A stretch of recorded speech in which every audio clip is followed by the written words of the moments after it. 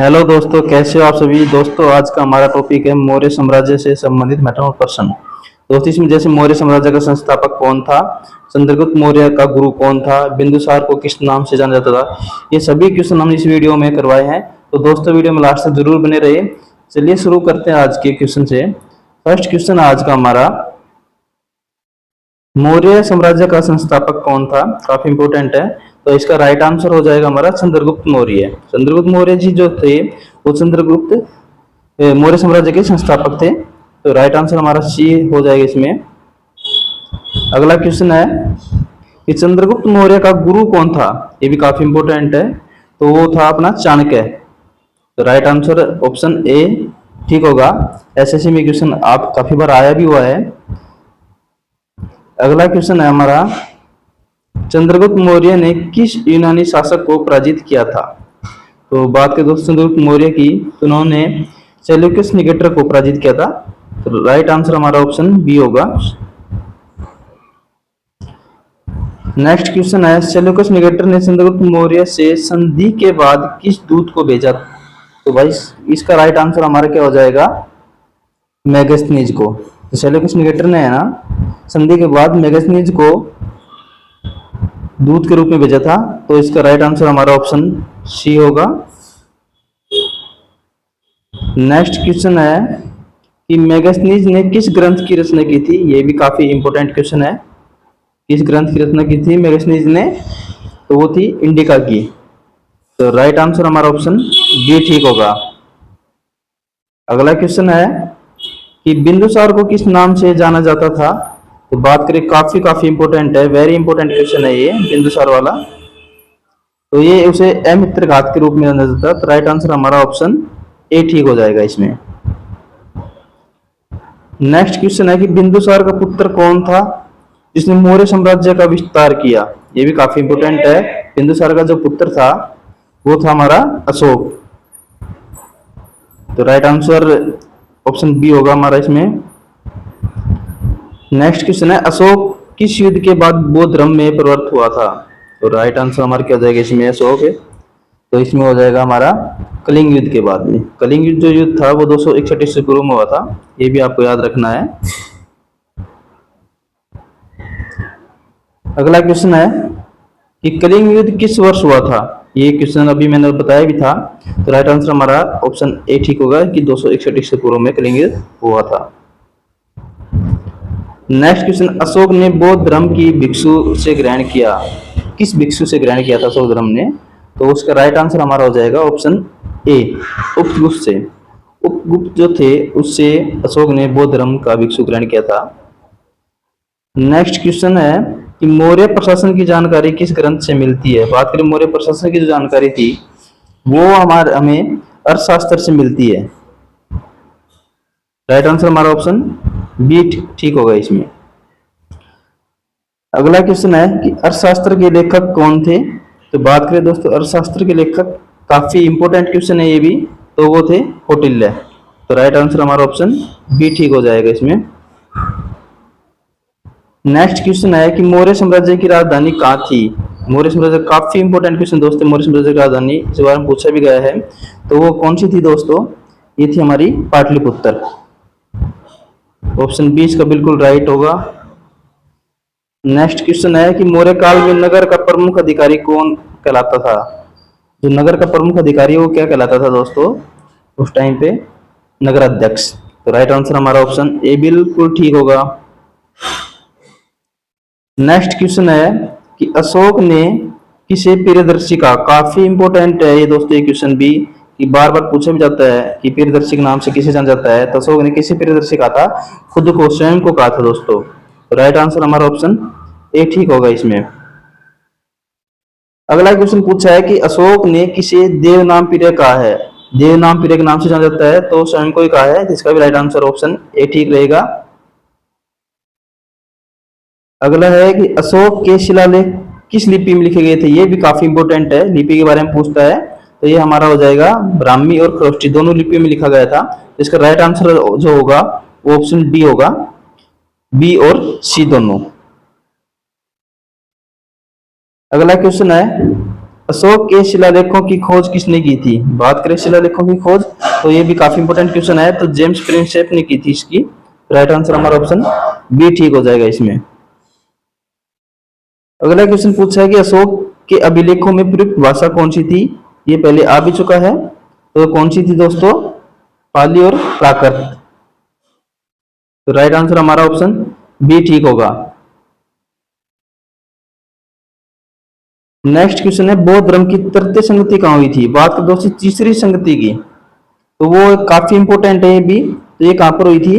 ये हुई थी दोस्तों पाटलिपुत्र में। तो राइट आंसर हमारा ऑप्शन बी ठीक होगा। नेक्स्ट है कि तृतीय बौद्ध संगति के समय मौर्य शासक कौन था? काफी इंपोर्टेंट है।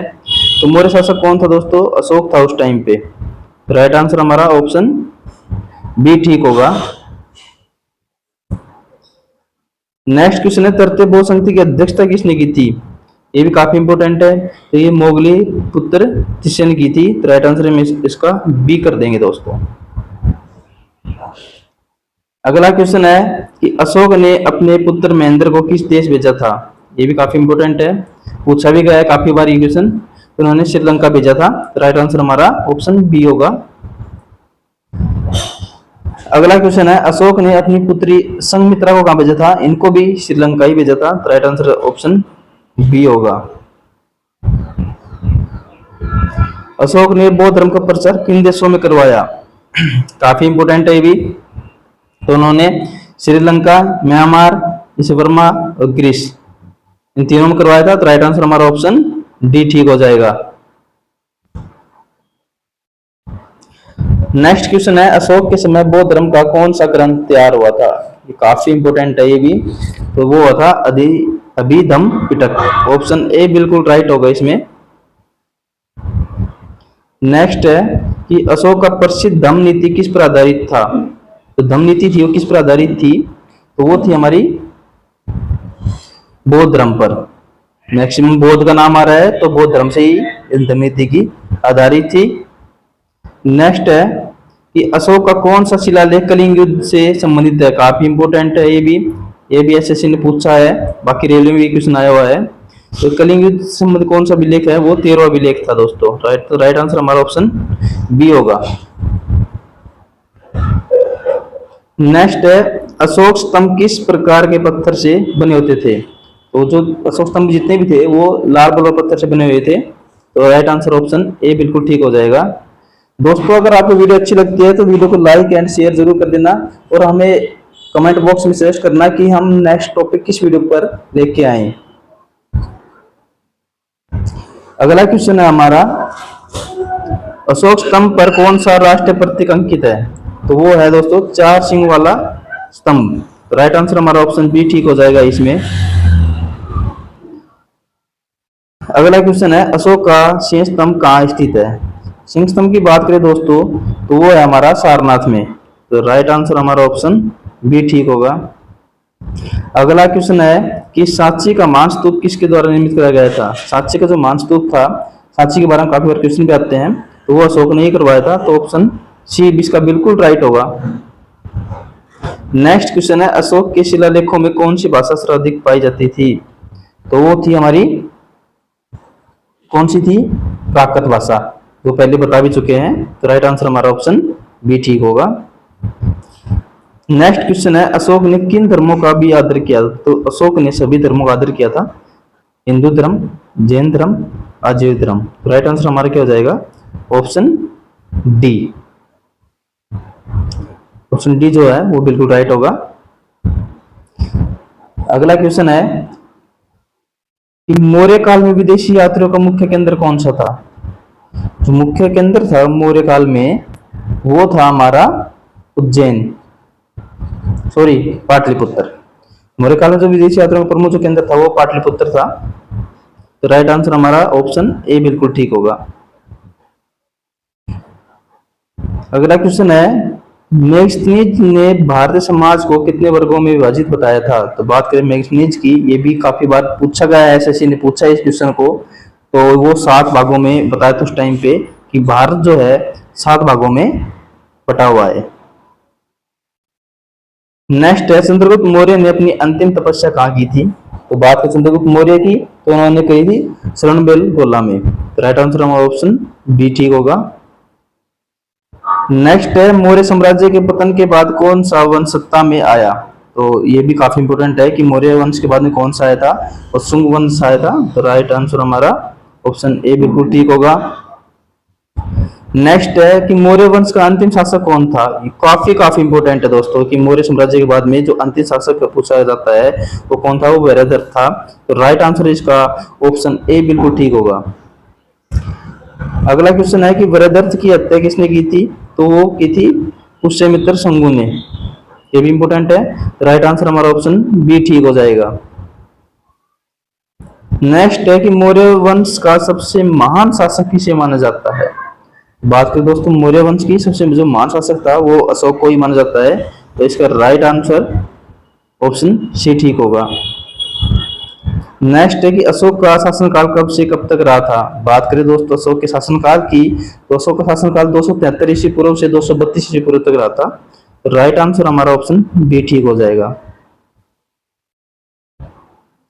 नेक्स्ट है कि मौर्य काल में भूमि कर को क्या कहा जाता है। ये भी काफी बार पूछ लेता है एसएससी। भूमि कर को कुछ टाइम पे क्या बोला जाता था। तो इसका राइट आंसर होगा भूमि भाग। राइट आंसर हमारा ऑप्शन डी ठीक हो जाएगा इसमें। नेक्स्ट है मौर्य काल में जासूसों को क्या कहा जाता था। जो जासूस होते थे उस टाइम पे उनको क्या कहा जाता था, वो कहा जाता था गुह्य पुरुष। गुह्य पुरुष जो होते थे वो मौर्य काल में जासूस के नाम से जाने जाते थे। तो राइट आंसर हमारा ऑप्शन डी ठीक हो जाएगा। नेक्स्ट है कि मौर्य काल का सबसे महत्वपूर्ण धातु उद्योग कौन सा था। ये भी काफी इंपोर्टेंट है कि उस टाइम पे जब मौर्य काल था तो उस टाइम पे कौन सी धातु का सबसे ज्यादा उद्योग थे उस टाइम पे। तो वो थे लोहे के। तो राइट आंसर हमारा ऑप्शन इसमें सी रहेगा। तो दोस्तों ये थे हमारे मौर्य साम्राज्य से संबंधित 45 क्वेश्चन जो कि वेरी इंपोर्टेंट क्वेश्चन थे। तो आशा करता हूं दोस्तों आपको वीडियो अच्छी लगी होगी। तो जाते समय दोस्तों वीडियो को लाइक शेयर एंड कमेंट कर देना और चैनल को सब्सक्राइब जरूर कर लेना। धन्यवाद।